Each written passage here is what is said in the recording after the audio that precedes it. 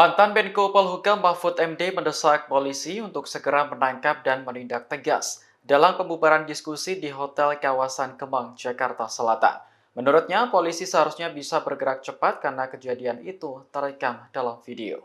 Mahfud mengatakan video tersebut menjadi bukti penting bagi polisi untuk mengungkap dalam pembubaran diskusi. Sejauh ini, polisi telah mengamankan 5 orang terduga pelaku.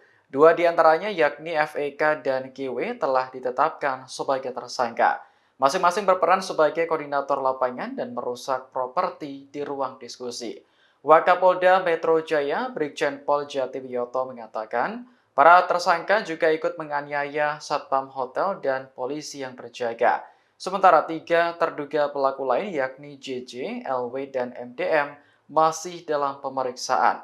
Jati menyebut para pelaku nekat mengubarkan paksa diskusi karena disebut tak berizin serta bertujuan memecah persatuan. Adapun diskusi tersebut dihadiri sejumlah tokoh seperti pakar hukum tata negara Refli Harun hingga ex-danjen Kopassus Maijen Punawirawan Sudarko. Download Tribun X sekarang, menghadirkan lokal menjadi Indonesia.